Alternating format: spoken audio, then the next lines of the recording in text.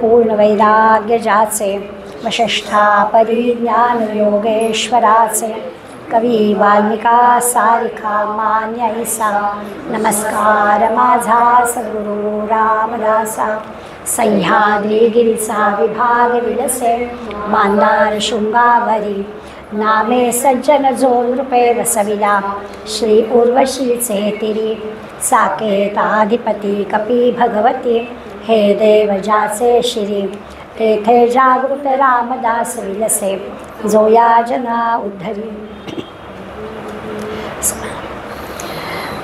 आज आपल्या ज्ञानदशकाचा अखेरचा समास आहे. खूप महत्त्वाचे विषय या 10 समासात आपण पाहिले. स्थूल पंचमहाभूत पाहिली, सूक्ष्म पंचमहाभूत पाहिली, आत्मलक्षण पाहिलं, ब्रह्मलक्षण पाहिलं. खूप साऱ्या गोष्टी अशा पाहिल्या की जणू काही ज्ञानदशकामध्ये ते जे काही आत्मज्ञान प्राप्त व्हायला हवं ते जणू काही 8व्या दशकातच मिळालं अशी परिस्थिती समर्थांनी आपल्यासमोर निर्माण करून ठेवली. आपण पाहिलं होतं की 7व्या दशकाच्या अखेरच्या समासात ग्रंथ संपल्यासारखं वातावरण झालेलं होतं की आता ग्रंथ संपला, पण पुन्हा एकदा समर्थांनी या सगळ्या गोष्टी सुरू केल्या आणि या ज्ञानदशकातल्या या देवदर्शनापासून ते आजच्या या अखेरच्या शून्य तत्वनिरसन या समासापर्यंत अनेक विषयांचा मागोवा समर्थांनी घेतला. आज आता आपल्याला एका अर्थाने या दशकाचं एक समालोचन ज्याला म्हणतो, सिंहावलोकन ज्याला म्हणतो असं आहेच, पण एक महत्त्वाची गोष्ट अशी आहे की माणसांच्या स्वभावाचा समर्थांनी अभ्यास कसा केला होता त्याची एक आपल्याला झलक या समासात बघायला मिळणार आहे. तिसाला समास खूप मोठा आहे, 80 ओव्यांचा. सरळ त्याच्यात आपण 2 भाग करू शकतो. पहिला जो 40 ओव्यांचा भाग आहे त्या 40 ओव्यांमध्ये तुम्ही आम्ही कसं वागतो, तुमची आमची मतं कशी असतात. जसं कालच परवाच इलेक्शन झालं आहे, त्या इलेक्शनच्या वेळेला मतमतांचा इतका गलबला होता आपल्या भोवताली. कुणाही जवळ काहीतरी बोलावं की त्याची काहीतरी वेगळी मतं आपल्याला ऐकायला मिळत होते. खालच्या वाड्याकडे गेले होते, त्याला म्हटलं काय मतदान झालं का. कशाला पाहिजे मतदान करायला. झाली सुरुवात. म्हणजे काय अगदी चिखलातच जगत टाकला त्यांनी. त्यामुळे मग बोलायला सुरुवात झाली. तर इतकी मतांतरं की मोदींचं काम चांगलं, एकीकडे म्हणायचं कच्छच्या कुठल्या गावाचं वर्णन केलं, त्या गावात पाणी नव्हतं, मुख्यमंत्री झाले तेव्हा पाणी आलं, कौतुक सगळं, पण मत नाही देणार. सरकार काय करताय आमच्यासाठी, म्हणजे अभ्यास नाही, विचार नाही, असं आपलं मत. मग किती मतं असतात, त्याचं मत वेगळं, माझं मत वेगळं, ऐकणाऱ्याचं मत वेगळं. अशी जी मतांतरं एखाद्या विषयावर आपण व्यक्त करतो, सामान्य माणसाजवळ खूप मतभेद असतात आणि ते सगळे सर्व प्रकाराचे असतात. म्हणजे व्यवहारातल्या गोष्टीत असतात, तसं आज आपण पाहणार आहोत पारमार्थिक गोष्टीत पण असतात. आणि 1-2 नाही 40 ओव्या समर्थांनी यासाठी खर्च केलेत. अगदी एक म्हणती कोण काय म्हणतं याच्यासाठी त्यांनी, म्हणजे आपल्या लक्षात येतं की किती मनुष्य स्वभावाचा अभ्यास या माणसाने केला आहे. ज्याला आपण चौफेर म्हणतो ना, लक्ष असणं. किती प्रकारची माणसं असतात, माणसं कसं मतमतांचा गलबला करतात, कशी आपली मतं व्यक्त करतात. आणि खरं आहे की एक दुसऱ्यासारखा नाही, हा नियमच आहे. आता आपण सगळेजणं नेहमी म्हणतो की आपण सगळी माणसं आहोत, तर प्राणी आपल्याकडे पाहताना कसं ओळखत असेल, सवयीने ओळखत असेल. कुत्र्याला बरोबर आपला मालक कळतो, गाईला बरोबर आपला मालक कळतो, किंवा वाघ सिंह सर्कस पूर्वी असायच्या त्या सर्कशीमध्ये जो वाघ खेळ घेणारा असतो त्याला बरोबर त्यांना तो कळतो. अन्य लोकांना तसं नाही करतायत, हे व्यवहारात आपल्याला कळतो. पण तरी माणसं सगळी सारखीच त्यांच्या दृष्टीने, आपल्याला कळतो आपल्यातला फरक. तसं हे लक्षात घेतलं की ही जशी सहजपणानं प्रत्येकामध्ये काहीतरी वेगळेपण भगवंताने ठेवलेलं आहे. सृष्टीचा नियमच आहे की एकासारखं एक नाही, आज आहे तसं उद्या नाही, असं आपण म्हणतोच. इथं म्हणजे माणसं वागायला, बोलायला, दिसायला सगळ्यामध्ये वेगळी असतात. बरं, आज मत जे व्यक्त करतील ते उद्या असेल असं नाही, त्यामुळे त्यातही बदल माणसं करतात. असं सगळं व्यवहारात आपल्याला दिसतं. अगदी ज्ञानाच्या किंवा परमार्थाच्या क्षेत्रात सुद्धा आपल्याला असं दिसतं. अनेक मतं असतात. अगदी तत्त्वज्ञानाचा अभ्यास करणाऱ्यांना माहिती आहे की एकीकडे द्वैताबोध म्हणायचं, अद्वैताबोध म्हणायचं, द्वैताद्वैतबोध म्हणायचं. प्रत्येक आचार्यांचं काहीतरी वेगळं. पुन्हा श्रुती नेतीच म्हणते म्हणजे कोणी काही निर्णय देतच नाही. या क्षेत्रात सुद्धा अशी मतमतांतरं आपल्याला दिसतात. उपनिषदामध्ये सुद्धा एखाद्या ऋषीने एखादं मत मांडलं म्हणून बाकीच्या ऋषीने ते मान्य केलं असं नाही, त्यांची मतं वेगळी. विविध ऋषींनी विविध प्रकारांची मतं मांडलेली आपल्याला दिसतात. त्यामुळे कुठेही असं एकमत व्हावं अशी काही जागा नाही.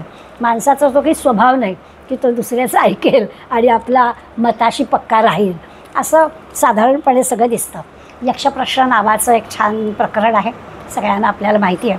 तर यक्षाने युधिष्ठिराला प्रश्न विचारला होता की असं जर सगळं आहे तर धर्म आणि अधर्म याच्यातला निर्णय कसा करायचा, काय बरोबर आणि काय चूक कसं ठरवायचं. एवढी मतमतांतरं असतात. आज आपलं एक मत असतं आणि आज काहीतरी असं विशेष आपल्याला वाचायला लक्षात येतं, घडतं आणि लगेच आपलं मतपरिवर्तन होतं, दुसऱ्या दिवशी आपण परस्पर विरुद्ध मत मांडतो. हे जर असेल तर काय बरोबर काय चूक, काय धर्माचं काय अधर्माचं ठरवायचं कसं, असा प्रश्न यक्षाने युधिष्ठिराला विचारला. आणि युधिष्ठिराने अतिशय मार्मिक उत्तर दिलं. त्यांनी असं म्हटलं की तर्क असतात किंवा अंदाज असतात ते चंचलच असतात, मतमतांतरं होतातच. माणसाचं आज मत वेगळं उद्या मत वेगळं असं असतंच, हे अगदी बरोबर आहे. त्यामुळे हे सगळं तसं म्हटलं तर गूढ आहे.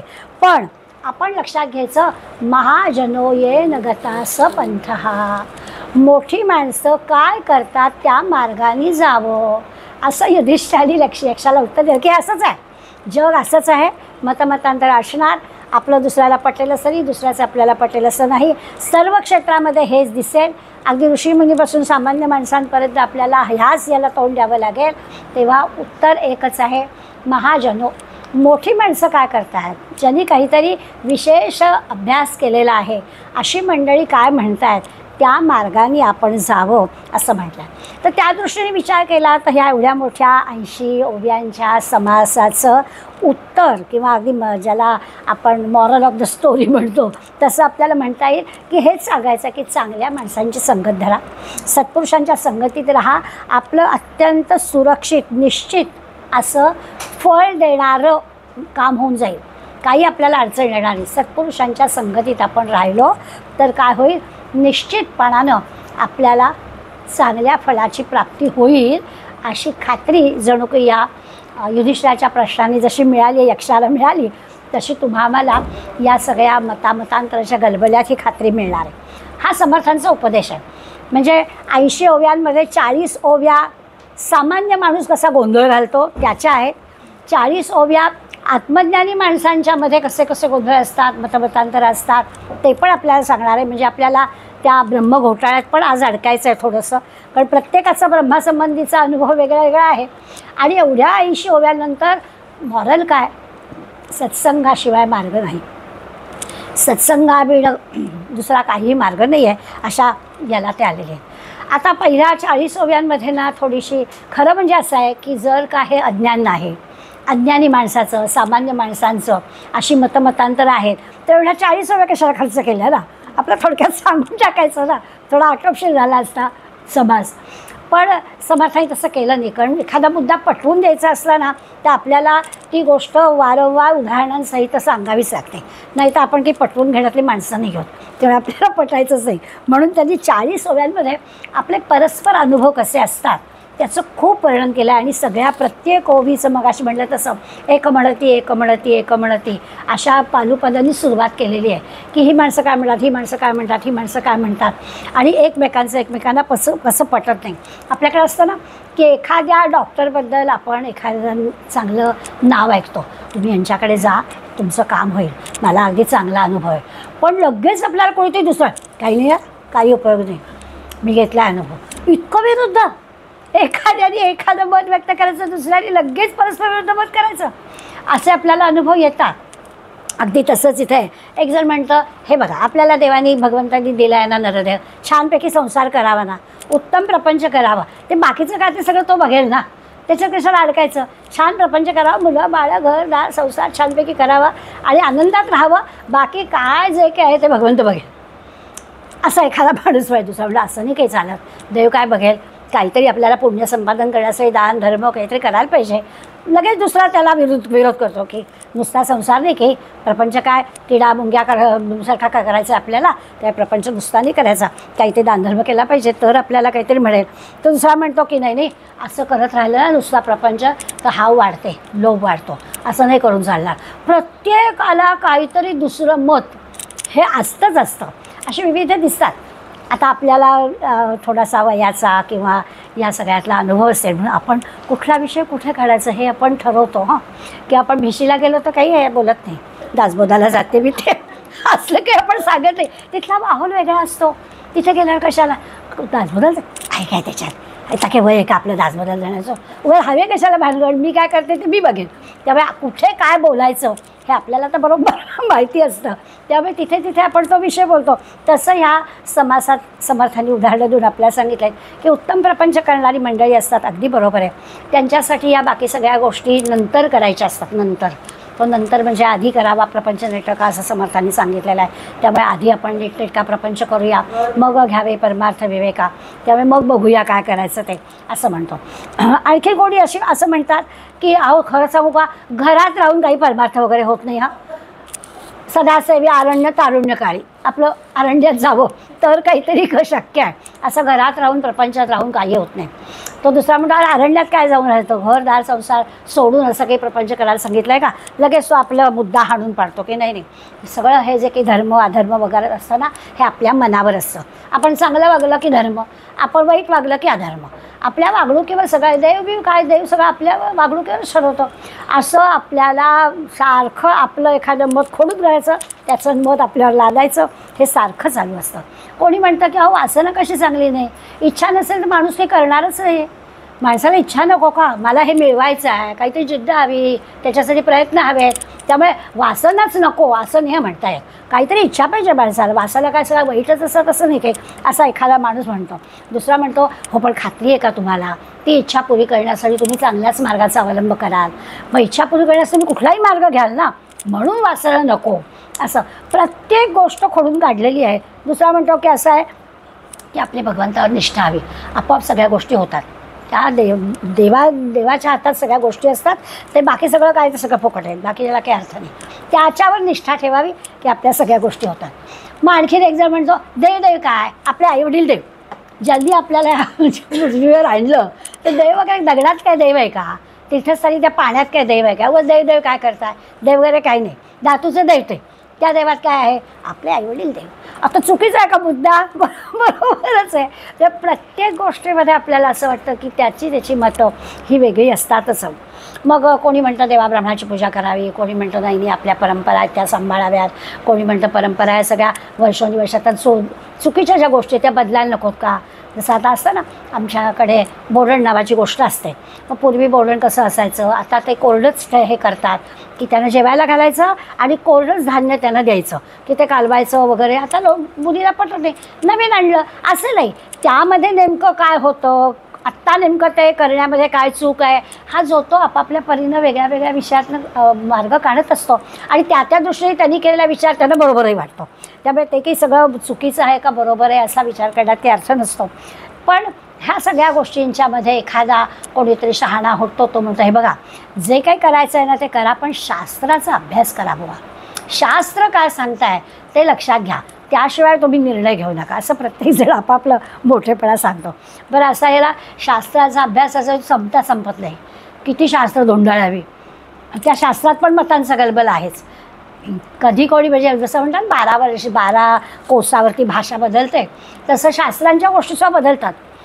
कालपरत्वे, व्यक्तिपरत्वे, स्थानपरत्वे बदल होतात. कुठल्या देवाला कुठला नैवेद्य ठरलेलं असतं की नाही. त्या बिचाऱ्या मल्हारी मार्तंडाला काय आवडतं, त्याला तसेच पदार्थ लागतात. असे सगळे तिथे सांप्रदायिक मंडळी तशा गोष्टी असंच लागतं देवाला पण. म्हणजे आम्हाला लागतं तर लागतंच, पण देवालासुद्धा हेच लागतं की कुठला पदार्थ देवाला कुठल्या दिवशी करायचा आणि तोच लागतो आमच्या देवाला, अशा पद्धतीचं आपण बोलतो. तर ते पण त्यांनी दिलं आहे की ह्याला काही अर्थ नाही आहे. मग कोणीतरी एकजण उठतो म्हणतो हे बघा तुम्ही तुमचं हे सगळं मी ऐकलं, पण खरं सांगू का, भूतमात्रांची सेवा याच्याशिवाय मार्ग नाही.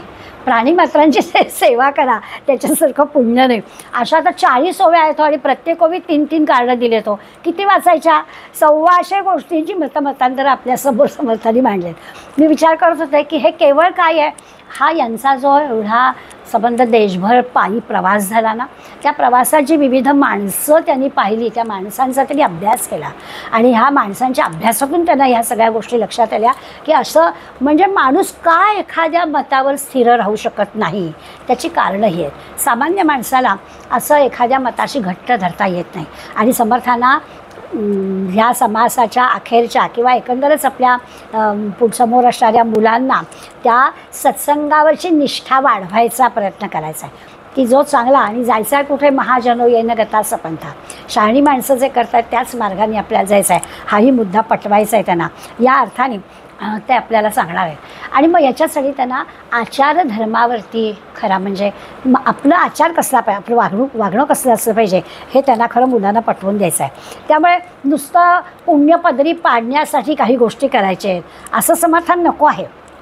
त्यामुळे समर्थ मुद्दामून ह्या सगळ्या मतमतांतराचा विषय आपल्यासमोर मांडत आहेत आणि ते आपल्याला सांगत आहेत की चांगलं काय ते ओळखावं. त्यामुळे मी सुद्धा आता आपल्या वेळेचा विचार करता ह्या पहिल्या 40 ओव्यांच्यावर तुमच्यावर सोपवून टाकते.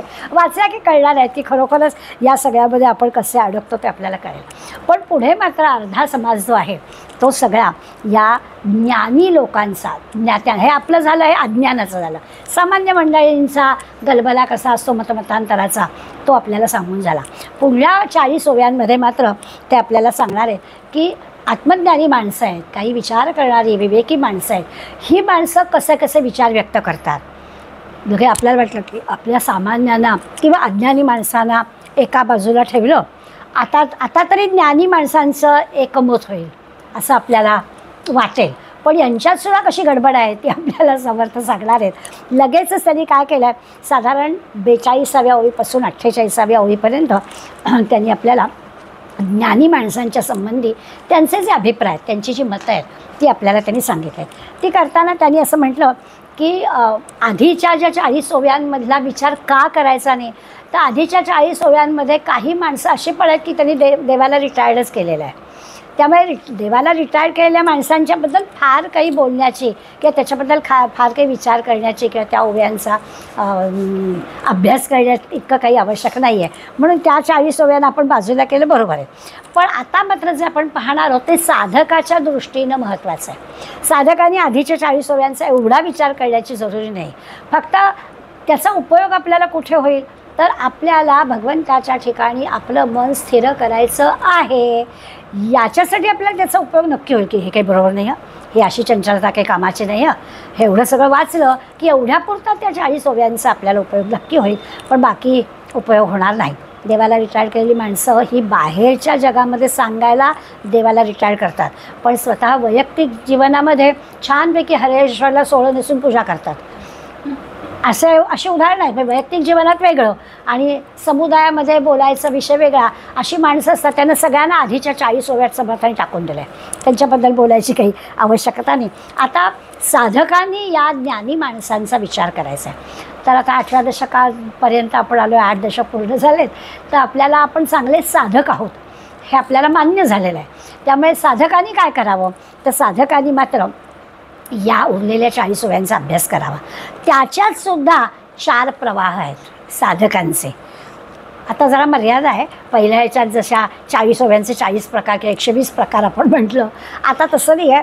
साधक जरी झाला तरी तो 4 पद्धतीनं या सगळ्या पारमार्थिक गोष्टींकडे पाहतो असं त्यांनी आपल्याला सांगितलं आहे. मग ते 4 काय, तर त्या 4मध्ये एक ओव्यांच्या दृष्टीने विचार केला तर 50 ते 54मध्ये एक प्रकार सांगितला आहे. जे नोट्स काढतात त्यांच्यासाठी ओव्यांचे आकडे सांगते की 50 ते 54मध्ये एक प्रकार, 55 ते 61मध्ये दुसऱ्या प्रकारचे साधक, 62 ते 74 तिसऱ्या प्रकारचे साधक आणि शेवट 75 ते 80 चौथ्या प्रकारच्या साधकांचा विचार समर्थांनी केला.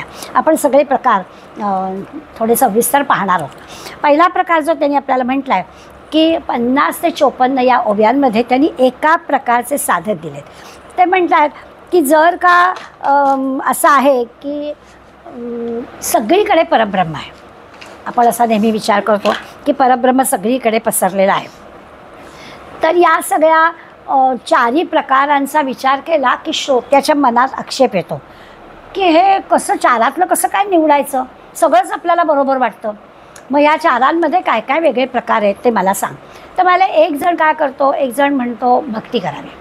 म्हणजे आता आपण ज्ञानी माणसांचा विचार करतो, आधीचं सगळं गेलं. साधकांनी आता या 4कडे बघायचं आहे. त्या 4कडे बघण्यापूर्वी आता साधकाची मनस्थिती कशी असली पाहिजे, तर साधकाला असं वाटतं की भक्तीचा मार्ग चांगला.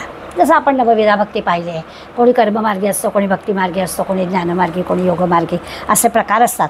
तर म्हणे भगवंत आपल्या जीवनाला चांगलं वळण लावतो. अगदी ह्या देहानंतरसुद्धा आपल्याला गती मिळते. म्हणून आपलं भक्ती मार्गाने जावं असं हा काही साधकांचं मत पडतं. बरोबर आहे. पण काही साधकांना असं वाटतं की नाही, ब्रह्मप्राप्ती हवी असेल ना तर सत्कर्मच करावं, उत्तम कर्म करावं आणि उत्तम कर्माने आपल्याला भगवंताची प्राप्ती नक्की होईल असं काही साधकांना वाटतं.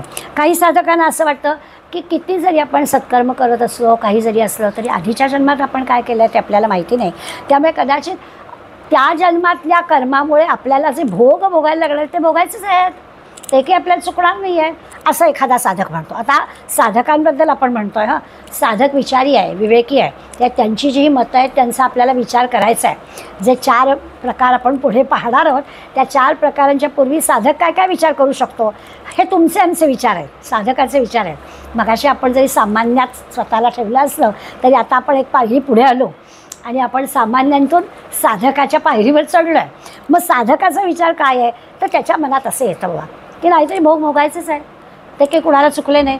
मग कोणी म्हणतं भक्तीच्या मार्गाने जावं, कोणी म्हणतं नाही चांगलं कर्म करावं, कोणी म्हणतं जर का ब्रह्माखेरीच काहीच नाही आहे, सर्वम खलु इदं ब्रह्म असं जर आहे तर कर्म कशाला करायचं, सर्वम खलु इदं ब्रह्म, उगाच आपण कर्म शांत राहावं असलं भगवंताच्या मनात तर 12ची सोय करेल तो, असेल हरी तर देईल खाटल्यावरी असं विचार करतो एखादा साधक.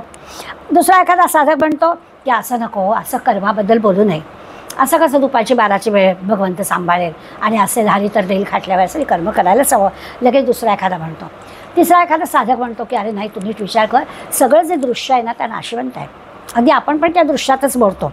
हे सगळं जे नष्ट झालं, जे दिसतं आहे, जे यद्यदृष्टम तद नष्टम, हे नष्ट झालं की जे उरतं ना ते ब्रह्म, अशी ब्रह्माची व्याख्या केलेली आहे. तर त्याचा विचार कर. मग दुसरा म्हणतो की हे ना 2 परस्पर विरोधी वाटतं. सर्वम खलु इदं ब्रह्म पण म्हणतोयच, एकीकडे म्हणतो की जे दृश्य दिसतं आहे ते नाशिवंत आहे, ते बाजूला केलं की ब्रह्म. तर हे काय बरोबर नाही. हे 2 सिद्धांत आहेत ना ते आपल्याला गोंधळात टाकणार आहेत असा एखादा साधक म्हणतो. साधकाची काय नेमकी अवस्था होते त्याचं वर्णन समर्थाने 48व्या ओळीपर्यंत आपल्याला करून दिलं आहे. आणि मग आता या 4 प्रकारांचा विचार करणार आहे. आणि मग खरं आहे की वेदांना पण ब्रह्माचं वर्णन करता आलेलंच नाही आहे, कोणीच ब्रह्माचं वर्णन करू शकत नाही. मन वाणी याच्याही मध्ये ब्रह्म येऊ शकत नाही. म्हणजे आपल्या मनाने पण समजून घेता येत नाही, वाणीने आपल्याला ब्रह्माचं वर्णन करता येत नाही, बुद्धी आपली कमी पडते. अशा पद्धतीनं सगळं हे ब्रह्म आहे. म्हणून काय होतं म्हणजे मग ब्रह्म अनुभवाच्या क्षेत्रात पण नाही, मनबुद्धी वाणी पण जात नाही, तर त्या ब्रह्माचा अनुभव तरी कसा आपण घेणार. अशी साधकाची आता ही सगळी मतं पडतात. साधक अशा पद्धतीने विचार करतो. आणि मग श्रोता जो आहे तो श्रोता आक्षेप घेतो की ब्रह्म असं आहे, ब्रह्म तसं आहे, असं तुम्ही सारखं म्हणता. पण हे सांगण्याचा अधिकार कुणाला आहे, कोण निश्चित सांगू शकतं, कोणीच काही सांगू शकत नाही. त्यावेळी श्रोता बुचकळ्यात पडतो आणि तो म्हणतो की ब्रह्म असं आहे किंवा ब्रह्म तसं आहे. हा निश्चय केला कोणी, तर याला काही अर्थ नाही आहे. सद्वस्तू किंवा परब्रह्म असं ज्याला आपण म्हणतो त्याचा अनुभव घेणारा, परमपदाचा किंवा सद्वस्तूचा किंवा आत्मज्ञानाचा अनुभव घेणारा, मी आत्मज्ञानाचा अनुभव घेतला असं म्हणूच शकत नाही. कारण मी अनुभव घेतला म्हटलं की तिथे द्वैत आलं. आणि परब्रह्माचा जो अनुभव घ्यायचा आहे त्याच्यात अद्वैत साधायचं आहे. मी आणि भगवंत एकच आहे हा अनुभव घ्यायचा आहे. मग मी आणि भगवंत एकच आहे हा अनुभव सांगणारा मी वेगळा कसा दाखवला जाईल, असा स्वाभाविकच श्रोत्याच्या आक्षेपाला उत्तर पण ते देतात. आणि म्हणून मग वक्ता असं म्हणतो की या सगळ्या आक्षेपांमध्ये 4 प्रकार आहेत. ज्ञानी माणूस 4 पद्धतीने आपले अनुभव सांगतो. त्या सगळ्या अनुभवांचा आपण नुसता विचार करायचा आणि शेवटी त्या सगळ्या अनुभवांचं सार काय, सुरुवातीला सांगितलं ते सत्संग, त्याच्याशिवाय दुसरा मार्ग नाही. पण इतका सोपा मार्ग आहे हे कळण्यासाठी आधी त्या सोप्या मार्गाकडे जाण्यासाठीची तयारी आहे ना, ही सगळी तयारी समर्थ आपल्याकडून करून घेतात. की मार्ग सोपा आहे हा आधीच सांगितला, जा या सोप्यावर विश्वास नाही ठेवणार कोणी. तर ठीक आहे, हे असं सगळं आहे आणि म्हणून मी सांगतो या मार्गाने जा असं आपल्याला शेवटी सांगणारच आहे. मग आता ज्ञानी माणसाचे अनुभव काय आहेत, तर काही ज्ञानी माणसांचा अनुभव असा आहे की आपण साक्षीसारखे असतो. आता आपण म्हणजे कोण आपल्याला कळलं आहे, आपलं जे चैतन्य आहे ते चैतन्य कसं आहे, तर काही माणसांचं असं स्पष्ट, काही ज्ञानी माणसांचं असं स्पष्ट मत आहे की आपण खऱ्या अर्थानं साक्षी आहोत. आपण नेहमी सूर्याचं उदाहरण घेतो. सूर्य हा खरा साक्षी आहे. सूर्य आहे म्हणून या पृथ्वीवर घडणाऱ्या गोष्टींवर काहीही परिणाम होत नाही. पूर्वी असं असायचं की दिवसा चोऱ्या होत नसत सूर्य होता म्हणून. आता काही तसं नाही राहिलं. त्यामुळे तो आहे आणि तो आहे म्हणून तो पृथ्वीवर घडणाऱ्या गोष्टींवरती त्याचा काहीही हक्क चालवत नाही की हे वाईट घडता कामा नये किंवा हे चांगलं घडलंच पाहिजे असं तो नाही ठरवत. तो आहे, तुम्ही काय करायचं ते करा. त्याला साक्षी म्हणतात. तसं आपल्यातलं हे परब्रह्म जे आहे की आपल्यातलं जे चैतन्य आहे देहामधलं, जो देह चालवणारा आत बसला आहे, हा कसा आहे तर तो साक्षी आहे. दुसरा शब्द तरी वापरला आहे की तो द्रष्टा आहे. तोही द्रष्टा आहे. हं, सूर्याचं उदाहरण घेतलं तर काय, तोही द्रष्टा आहे, पण तो काही गडबड करत नाही. तसं आपलं हे चैतन्य पण द्रष्टा आहे. आपल्या चांगल्या किंवा वाईट गोष्टीला तो आडवत थांबवत नाही. आज जर चैतन्य आहे, आज जर ईश्वर आहे, तर त्यांनी आपल्या वाईट गोष्टी थांबवलं पाहिजे की नाही? नाही करत. या अर्थानं तो साक्षी आहे, या अर्थानं तो द्रष्टा आहे, असं ज्ञानी माणसांचा अनुभव आहे. त्या म्हणतात तो आत आहे. त्या आत असल्याशिवाय आपण काही करत नाही आहोत, ही गोष्ट खरी आहे. परंतु तो केवळ साक्षी आहे, तो केवळ द्रष्टा आहे, तो केवळ पाहणारा आहे. आता द्रष्टा आणि साक्षीतला दोन शब्दातला अर्थ पण बारीकसा लक्षात घ्यायचा. द्रष्टा याचा अर्थ पाहणारा, तो पाहतोय. आणि साक्षी याचा अर्थ असणारा, की तो आहे. असणारा आणि पाहणारा. आता खरं तर ह्यामधलं चैतन्य आहे तो दोन्ही काम करत आहे. ते पाहताय पण ते आहे पण, त्या तो असणारा पण आहे आणि तो पाहतोय पण. पण पाहणं एक आणखीन वेगळी गोष्ट असते बरं का. एकत्र कुटुंब असतं, आजोबा घरात असतात, त्यांच्या खोलीत असतात. संध्याकाळी मुलं घरी येतात, काहीतरी तू मैमय होतं आणि आवाज चढतो दोघांचा, दादा आहेत घरात. हे काय आहे? हे असणं आहे. पाहत नाही येत आहे, ऐकूसुद्धा जात नाही त्याला, पण ते आहेत. हे आहेत ही जी काही कल्पना असते त्यामुळे आवाज खाली करला जाणार, ते आहेत असं आपण म्हणतो. अगदी असंच आहे की द्रष्टा आणि साक्षी, तर तो पाहणारा आहे आणि तो असणारा पण आहे. आत आहे. आता उरलं काय? त्याचं ऐकणं. तिथे सगळी गोम आहे, आपण त्याचं ऐकत नाही. आपण म्हणतो की मला आतून असं वाटलं आणि ते जे असतं ते बरोबर असतं, असाही आपल्याला अनुभव असतो की जे आपल्याला आतून करावंसं वाटतं आणि ते आपण केलं की ते बरोबर असतं. एखाद्याला आपला आज मला ना तिला फोन कर, सकाळपासून आपण म्हणतो मला ना फोन करायचा आहे, आणि मग फोन केला की बरं झालं, अगदी सकाळपासून मला तुझी आठवण होत होती. हे काय आहे? हे आतून असणं आहे. त्यामुळे द्रष्टा आणि साक्षी या दोनमध्ये किंचित जरी फरक असला तरी तो फरक काय तो आपल्या लक्षात की ते नुसतं असणं आणि पाहणं हे आपल्याला कळेल. एक प्रकारची जी ज्ञानी माणसं आहेत म्हणजे ते जे अनुभव सांगतात त्या अनुभवांचा विचार असा आहे की तो सगळ्या पदार्थांना जाणतो, पण तो पदार्थाहून वेगळा असतो. जाणतो, सूर्य सगळं जाणतो आहे पण तो वेगळा आहे. आपलं चैतन्य सगळं जाणतं आहे पण ते वेगळं आहे. ते आपल्याला करण्यापासून थांबवत अडवत नाही, असा त्याचा अर्थ. आता हे जर समजलं आपल्याला की आपलं जे काही चैतन्य, आपलं जे ईश्वर तत्व आपल्या आतमध्ये आहे ते आहेच आहे, ते आपल्या प्रत्येक कृतीकडे पाहत आहे, हे जर आपल्याला कळलं तर आपल्याला या दृश्य जगापासून असणारी अलिप्तता साधेल. साधकाला या दृश्य जगामध्ये आपण अडकतो ना, शेवटी प्रश्न कुठे आहे की आपल्या या दृश्य जगामध्ये आपण अडकतो आहे, तिथून आपल्याला बाजूला व्हायचं आहे. तर तो बाजूला कळा नाही, बाजूला आपल्याच मनाने आपल्याला व्हायचं आहे.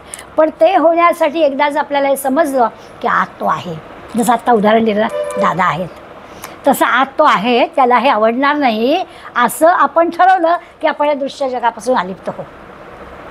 अशी अलिप्तता जमली समजा, आणि हे जमेल साक्षीपणानं जर आपण वागलं, आजूबाजूचं दृश्य असलं तरी त्यापासून आपण स्वतःला वेगळं काढू शकलो तर आपल्याला ही अलिप्तता जमेल.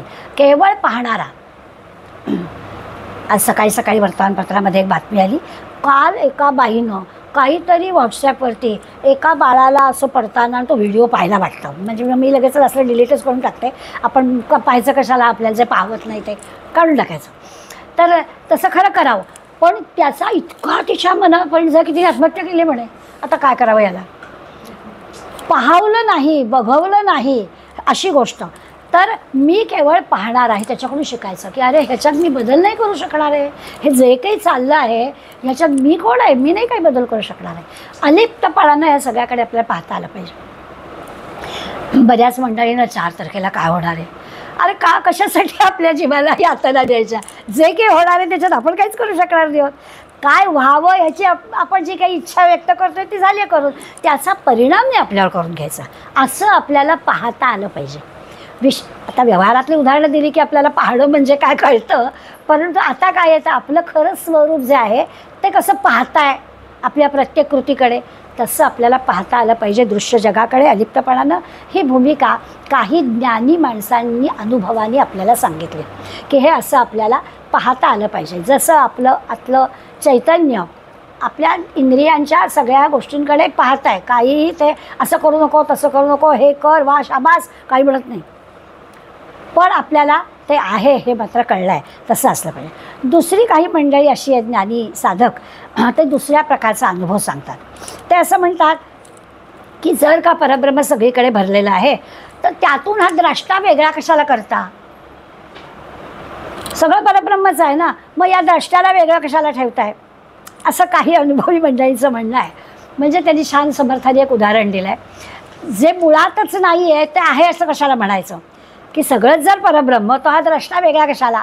त्या सगळ्या दृश्य जगातच सूर्य आहे, या सगळ्या दृश्य गोष्टीतच त्या आतमध्ये असणारा परब्रह्म आहे, असं सगळं म्हणून टाका ना, त्याला कशाला द्रष्टा म्हणून वेगळं ठेवायचं, असं दुसऱ्या काही साधकांचं म्हणणं आहे. उदाहरण दिलं आहे की समजा वाटीभर साखर भरलेली आहे, तर या वाटीभर असणाऱ्या गच्च वाटी भरून राहिलेल्या साखरेमधला कडूपणा काढावं असं कोणी सांगितलं तर कसं होईल? जसं एक तर मुळात कडूपणा नाहीच, साखरेचं मूळ स्वरूपच गोड आहे आणि त्याच्यातला कडूपणा वेगळा कसा काढता येईल? तर हे जसं अशक्य गोष्ट आहे, तसं हे जर दृश्य जग आहे आणि हे सगळं दृश्य म्हणजे परब्रह्म सगळीकडे भरलेलं आहे, तर त्या परब्रह्मातून द्रष्ट्याला वेगळं कशाला काढायचं? जे नाहीच आहे त्याला वेगळं काढायचं काय अर्थ आहे? असा द्रष्टा बाजूला काढण्याची आवश्यकता नाही आहे, असं काही साधकांचं म्हणणं आहे. म्हणजे त्यांच्या म्हणण्याचा अर्थ असा आहे की प्रपंच म्हणा, परब्रह्म म्हणा, दृश्य म्हणा, विश्व म्हणा, काही गोष्ट परमात्मा वस्तू म्हणा, यामध्ये काही भेद असण्याचं कारणच नाही.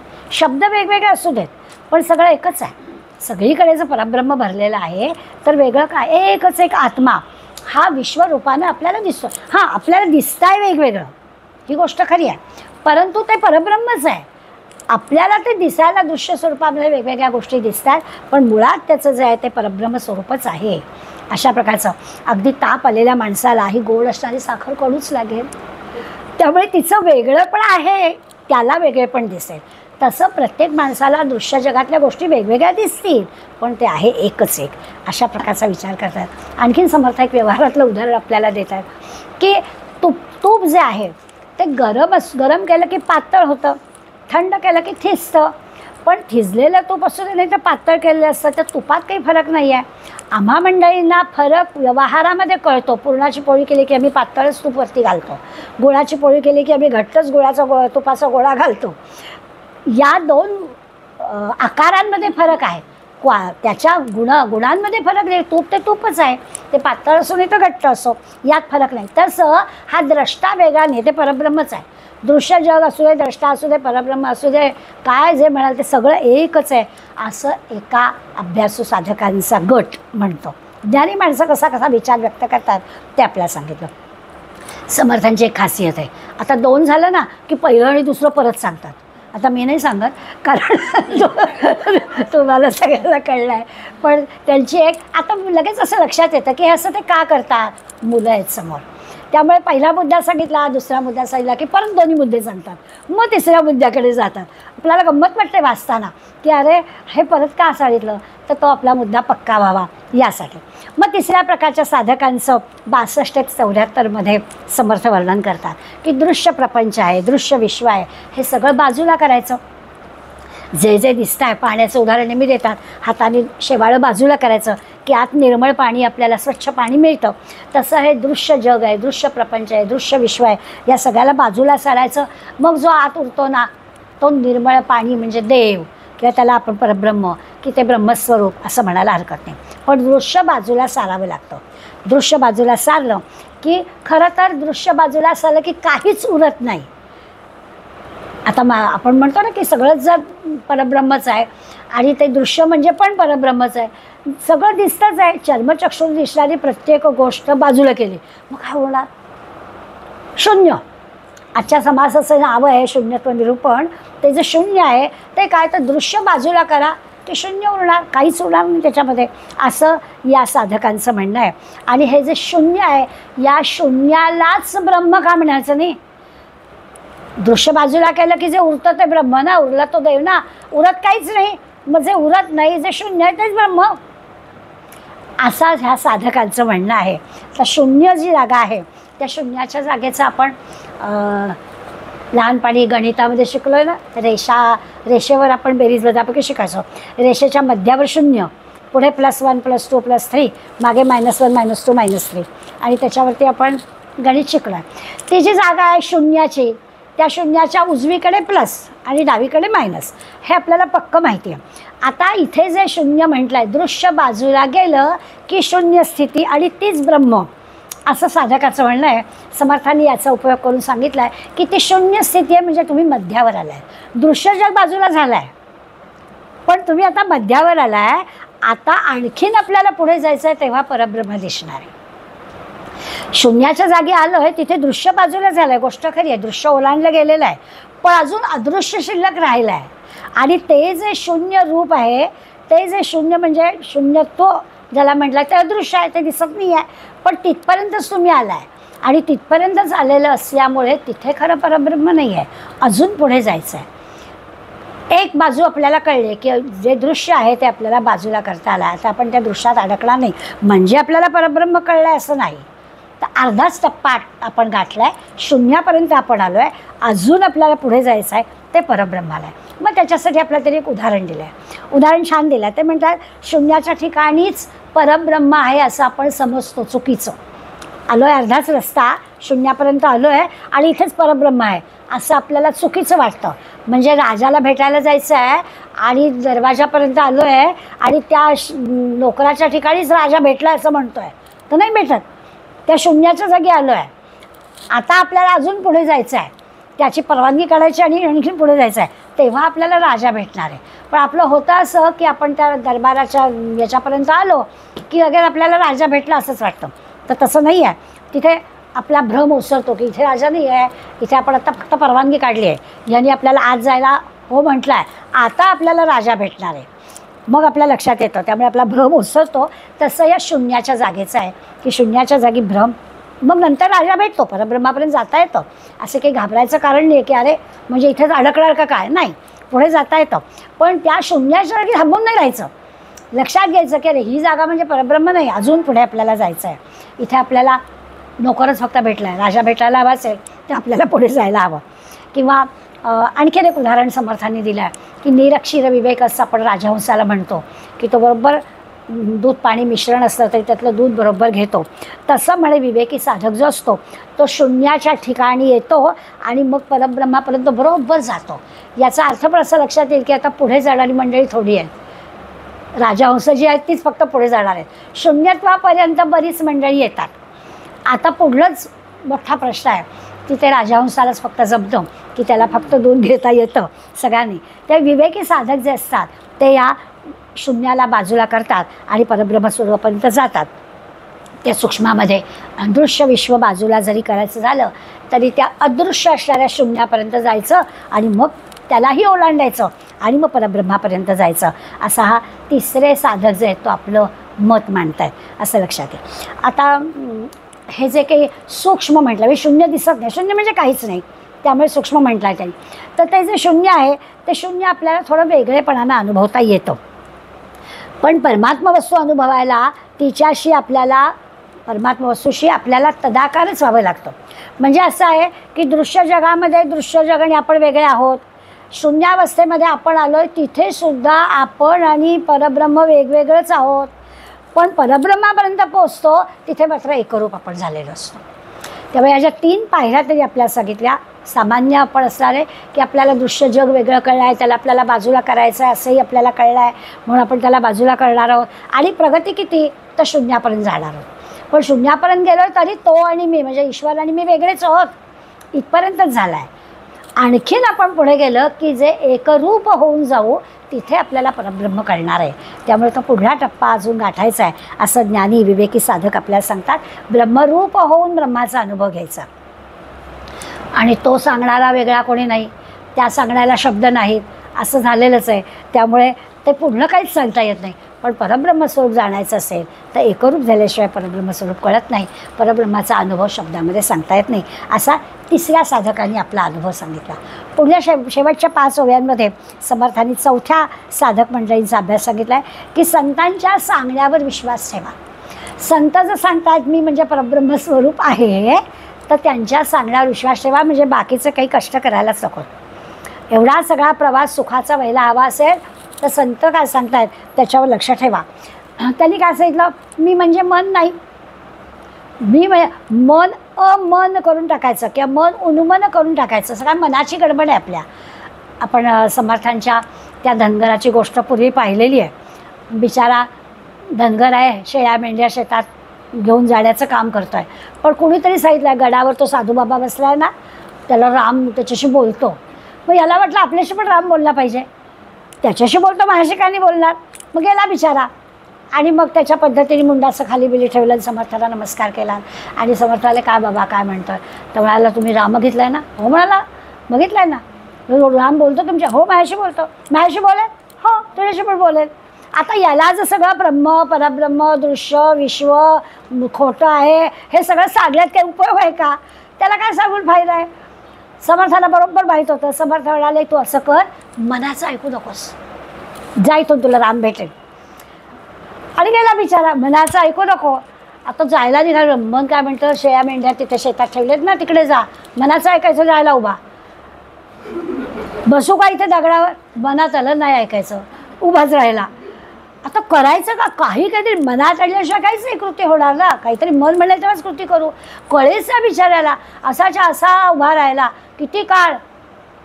बसायचं, मनात विचार आला की दमलोय बसलोय की नाही बसायचं, कारण मनाचं ऐकायचं नाही आहे. एकच गोष्ट समर्थांनी सांगितलं, तू मनाचं ऐकू नकोस की तुला राम भेटणार. आणि राम तर भेटायला हवा आहे, त्याला भेटतो साधूबुवाला, मला पण राम भेटायला हवा आहे. आणि हे सोपं आहे, मनाचं ऐकू नको. काम तर किती सोपं सांगितलं आहे, मन काय म्हणेल ते करायचं नाही. आणि बिचारा किती गडबडला आणि उभाच्या उभा दिवस रात्र राहिला, पण आला राम भेटायला. आणि मला नको रे एवढा हे करू, बस खाली, तुला काय हवं आहे, मी आलो आहे. डोळे उघडायला तयार नाही. मला त्या साधूबुवाला घेऊन जा, तुम्ही रामात कशावरून? त्याला घेऊन या. आपल्याला वाटेल की काय गोष्ट चमत्कार भोळा भाव, परंतु आपल्याला अमन कळायला हे उपयोगी आहे. की आपण आपलं बघा, सकाळी एका मैत्रिणीचा फोन आला, 1 सेकंदवर मी गडबडलो, इतके सकाळी का फोन आला, होतं किती गोड काम की आज संध्याकाळी आईस्क्रीम घेऊन येते, हं किती गोड काम. पण मन आत्ता का सकाळी फोन आला असं मन आहे. त्या मनाला आपल्याला अमन करायचं आहे. आपलेच अनुभव आपल्याला किती उपयोगी पडतात. अगदी सेकंदभर फोन वाजून मी तिथे येईपर्यंत नाव वरती बघितलं, ह्या इतक्या सकाळी काय फोन आला, किती आणि मन धावतं आपल्याला. तिची बहीण पुण्याला गेली आहे, काय गडबड आहे की काय काय झालं, 1 सेकंदात सगळे माझ्या मनात विचार आले. आणि मग लक्षात आलं की अरे किती छान गोड काम होतं. आणि कारण आपलं मन वाईट आहे, त्या मनाला अमन करायचं आहे, त्या मनाला उन्मन अवस्थेत न्यायचं आहे. हा चौथ्या साधकांचा विषय आहे. ते म्हणतात की मनावर सगळं आहे. संतांनी मन आपलं ताब्यात ठेवलेलं आहे. संतांच्यावर विश्वास ठेवा, आपल्या मनाला ताब्यात घ्या की परमात्मा वस्तू आपल्याला भेटणारच. मनच मुळी ब्रह्मस्वरूप करून टाका, असं ते आपल्याला सांगतात. आता त्याला ना समर्थाने एक उदाहरण मोठं वेगळंच दिलं आहे. जरा दुसऱ्या टोकाचं उदाहरण दिलं की आपल्या ते म्हणतात की एखादा धनिक असतो ना, लोभी धनिक, चांगला धनिक नाही, लोभी, पैसा पैसा पैसा गोळा करायचा. तो काय करतो, त्याला फक्त पैसा गोळा करायचा असतो. दीड शिफ्ट करेल, डबल शिफ्ट करेल, पैसा गोळा करेल, दुसरी नोकरी पुरत नाही, काहीतरी व्यवसाय करेल. असं करून इतका तो पैशाच्या मागे लागतो, इतका पैशाच्या मागे लागतो की त्या पैशाचा उपभोग घ्यायला त्याला वेळच नसतो. अलीकडे आपण ही उदाहरणं घरोघरी बघतो. ही तरुण मुलं दोघंही बिचारी 8-8, 10-10, 12-12 तास कामं करतात आणि घरामध्ये छानपैकी नोकरच एसीचा उपभोग घेऊन आरामात राहत असतात, कारण त्यांच्या मुलांना त्यांना सांभाळायचं असतं. तर ते आहे की पैशाच्या मागे लागलेला लोभी माणसाचं उदाहरण 400 वर्षापूर्वी समर्थान दिलं आहे. आजही आपल्याला ते तंतोतंत लागू होत आहे की हा लोभी कुठे थांबावं त्याला कळत नाही. आता अलीकडे थोडंसं बदलायला लागलं आहे की मुली म्हणायला लागल्या की मी एक 5-10 वर्ष आता ब्रेक घेणार आहे, मुलं मोठे होऊ देत, मिळेल नोकरीनंतर, आणि मुली राहायला लागलेत घरी. आता आपल्याला थोडा वेगळा हा यायला लागलेला आहे विचार मनामध्ये. पण लोभी माणसाचं समर्थाने उदाहरण घेतलं आहे की तो जो पैशाच्या मागे लागतो आणि त्याचा फक्त पैसा मिळवणं हा हेतू असतो, त्याचा उपभोग घ्यायला त्याला वेळ नसतो, नुसतं साठवतो आणि मग लक्षात येतो उपभोग दुसराच घेतो. यांनी एवढे कष्ट केले असतात, एवढे पैसे कमावलेले असतात, पण उपभोग घेतच नाही, उपभोग दुसराच कोणीतरी घेतो. तसं म्हणे साधकाचं घडतं. आनंद मिळावा म्हणून साधक या परब्रह्माच्या नादी लागतो आणि परब्रह्माच्या नादी लागलं पण ती देहबुद्धी कमी होत नाही. ते किती जरी केलं तरी त्याचा उपयोग स्वानंद जो मिळायला हवा तो आपल्याला मिळत नाही. पुन्हा दृश्य जगात तो अडकतो आणि मुळातला त्याचा जो स्वानंदाचा हेतू असतो तोच नाहीसा होतो. मग काय करायला पाहिजे? आत्ता म्हटलं तसं मनच अमन करायला पाहिजे, वृत्तीच ब्रह्मरूप करायला पाहिजे, तर आपल्याला तो स्वानंद भोगायला मिळतो. म्हणजे मी पण उरता कामा नये असं त्याचा अर्थ. या ब्राह्मी स्थितीचा उपयोग जर आपण केला तर त्याचा उपयोगसुद्धा इतरांना होतो. संतांनी तेच केलं, स्वतः केलं आणि आपल्यासमोर आदर्श घालून दाखवला. त्यामुळे सत्पुरुष जे सांगतायत ते अत्यंत सुरक्षित आहे असा विचार त्यांनी आपल्याला करायला सांगितला. आता हे जे ज्ञानी माणसाचे 4 प्रकार आपण पाहिले आणि समासाचं नाव मात्र शून्यत्व दिलं आहे. या शून्य प्रकाराचा विचार केला, नावाचा विचार केला तर गणितातल्या आर्यभट्टांनी आपल्याला शून्य ही संख्या दिली. आपल्याला सगळ्यांना माहिती आहे, जगाला दिलेली देणगी आहे. आणि शून्य या शब्दाचा विचार केला तर शून्य म्हणजे अभाव, काहीच नसणं म्हणजे शून्य. शून्य करणं असं सापाचं नाव आहे की त्याला कान नाही आहेत, त्यामुळे त्याला शून्य करणं असं म्हणतात. किंवा आपण ज्याला शून्य कक्ष असं म्हणतो की त्या खोलीमध्ये काहीच नाही, रिकामी खोली असली की त्याला शून्य कक्ष असं म्हणतात. तर शून्य शब्दाचा अर्थ आपल्याला कळतो की काहीच नाही किंवा अभाव जिथे आहे त्याला आपण शून्य म्हटलेलं आहे. विष्णू सहस्रनामामध्ये विष्णूची जी 1000 नावं दिली आहेत त्याच्यात शून्य एक नाव आहे. आपण रोज विष्णू सहस्रनाम म्हणणार वीर हा विषवश शून्यो धृताशिरश्चलश्चला, त्याच्यामध्ये शून्य नाव विष्णूचं दिलं आहे. आता तो अर्थ आपण काढून बघितला विष्णू सहस्रनामात की आपल्याला कळेल की शून्य का म्हटलं. जिथे अभाव आहे सगळ्या गोष्टीचा तो अभाव म्हणजे शून्य असेल तर काय. ज्ञानेश्वरीमध्ये सुद्धा 6व्या अध्यायामध्ये जो या ध्यानाचा अभ्यास केला आहे ते सांगताना माऊलींनी पण शून्य असा शब्द तिथे वापरला आहे. म्हणजे या शून्य या अभाव या गोष्टीची सुद्धा किती आवश्यकता आहे हे सगळ्या वेळेला लोकांनी आपल्याला पटवून दिलं. ईशावास्यन उपनिषदामध्ये रोज आपण शांतीपाठ म्हणतो, ओम पूर्णमद पूर्णमिदं पूर्णात् पूर्णमुदच्यते. म्हणजे पूर्णातून पूर्ण काढलं तरी पूर्णच शिल्लक राहतं. पूर्णातून एखाद्या मोठ्या गोष्टीतून सगळंच्या सगळं काढलं तरी सगळं शिल्लक राहतं. शून्य अवस्था आपल्याला विचारात घ्यायची आहे आणि त्याच्यासाठी ईशावास्य उपनिषद आपल्याला हा शांतीमंत्र सांगतो आहे. अगदी पटणारं उदाहरण, आईच्या गर्भातून बाळ जन्माला येतं, पूर्णातून पूर्ण येतं, पूर्ण तसंच राहतं. हेच नेमकं आहे, काहीच वेगळं नाही. पूर्ण आई ज्या सगळ्या शरीर मन बुद्धी या सगळ्यांनी युक्त आहे तसं बाळ दुसरं सगळं जन्म घेऊन येतं, तेही पूर्ण आहे, हेही पूर्ण आहे. पूर्णातून पूर्ण आलं तरी पूर्ण तसंच आहे. असं जे आहे त्याला शून्यत्व म्हणायचं. आणि म्हणून त्या परब्रह्माचा विचार ज्ञानी माणसं जे करतात की हे जे सगळं परब्रह्म आहे ते पूर्ण आहे, त्या पूर्ण परब्रह्मातून पूर्ण परब्रह्म जरी गेलं तरीसुद्धा पूर्ण परब्रह्म शिल्लक राहतं. त्या शून्यत्व निरूपण म्हणजे काय, तर ते शून्य म्हणजे अभाव अशा अर्थाने नाही, तर ते जसं आहे तसंच असं आपल्याला कळेल. म्हणून त्यांनी शून्याचा विचार केला आणि विष्णूचं एक नाव म्हणून पण शून्य दिलं. त्याचा अर्थ पूर्ण. आपल्याला शून्य म्हणजे अभाव वाटेल की काहीच नाही, तर काहीच नाही अशी जागाच नाही ना, परब्रह्म आहेच. त्यामुळे काहीच नाही असं घडूच शकत नाही, तिथे तिथे परब्रह्म आहेच. असा खरा मी आणि परब्रह्म या दोन्ही गोष्टी एक रूपच आहेत हे सांगण्यासाठी त्यांनी शून्यत्व निरूपण असं आपल्याला सांगितलं. आता हा जो मी म्हटलं ज्ञानदशक आहे, या अर्थाने ह्या समासाकडे आपल्याला पाहायचं आहे.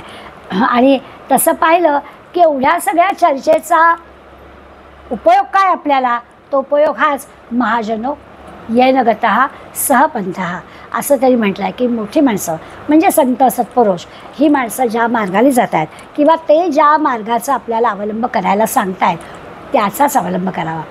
अगदी IIT मधल्या एका मुलांनी विष्णू सहस्रनामाचं आपल्याला महत्त्व सांगितलं आहे आणि तो व्हिडिओ पाहिला की आपण अशाने हे करतो की सगळ्या डॉक्टरांनी बिचारी काय करावं, विष्णू सहस्त्रनाम सगळ्या रोगांवर उपयोगी पडला असेल तर ते औषधं घ्यायची.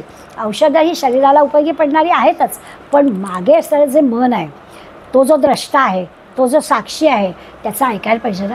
त्याचं आपण ऐकत नाही म्हणून शरीराच्या रोगाला बळी पडतो आहे. बहुतांशी सगळ्या डॉक्टर बसलेले ते सगळ्या डॉक्टरांचं आपल्याला सांगणं आहे की शरीराचा रोग हा आधी मनातून तिकडनं आलेला असतो. मग त्या मनाला त्या साक्षीभावानी त्या द्रष्टांनी जर पाहायचं असेल तर आपल्याला हे शून्यत्व काय आहे की सगळीकडे परब्रह्मच आहे, परब्रह्मातून परब्रह्म वजा केलं तरी परब्रह्म शिल्लक राहत आहे, असा जर विचार केला तरच आपल्याला हे कळतं. त्यामुळे शरीराचे रोग हा भाग वेगळा. ते शरीर म्हणजे दृश्य असणारी गोष्ट आहे, ते दृश्य म्हणजे पण परब्रह्म आहे.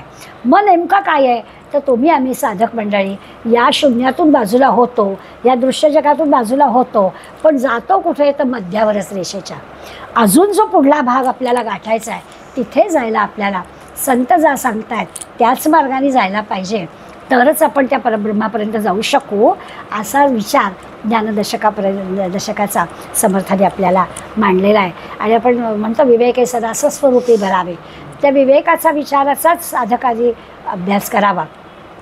त्यावेळी पहिल्या 40 ओव्या हे आपले थोडीशी करमणूक करतील, म्हणजे आपलं चित्र आपल्याला दिसेल की हो आपण असा विचार करतो बुवा. आणि नंतरच्या 40 ओव्यामध्ये ज्ञानी साधक निरनिराळ्या पद्धतीने आपल्यासमोर विषय मांडतील, पण त्या सगळ्यात एकरूपता दिसेल. आधीच्या 40 ओव्यांमध्ये सगळ्यांची मतं भिन्नता दिसेल आणि या ज्ञानी साधकांनी जो विचार केलेला आहे त्याच्यामध्ये आपल्याला वेगळ्या वेगळ्या पद्धतीने विचार केलेला, पण जायचा एकाच मार्गाने आणि संतांच्या सहवासात राहिलं तर या मार्गाने आपल्याला जाता येईल. आपण या शून्य जागी थांबणार नाही, आपण पुढे परब्रह्मापर्यंत गाठू मार्ग, अशा पद्धतीची खात्री समर्थांनी या दशकाच्या अखेरीला आपल्याला दिली आहे. त्यामुळे समर्थ कृपेने आपण छान 8व्या दशकापर्यंत आलो आहे. असाच पुढे अभ्यास करूया. तव स्मरण संतत स्फुरणदाया माघडो त्वदीय गुणकीर्तन ध्वनी सुरम्य करणी पडो स्वदेश हित रक्षणा विणदुजी कथा नावडो तुझ्या समहिया मुची तनुही देशकारी पडो. जय जय रघुवीर समर्थ.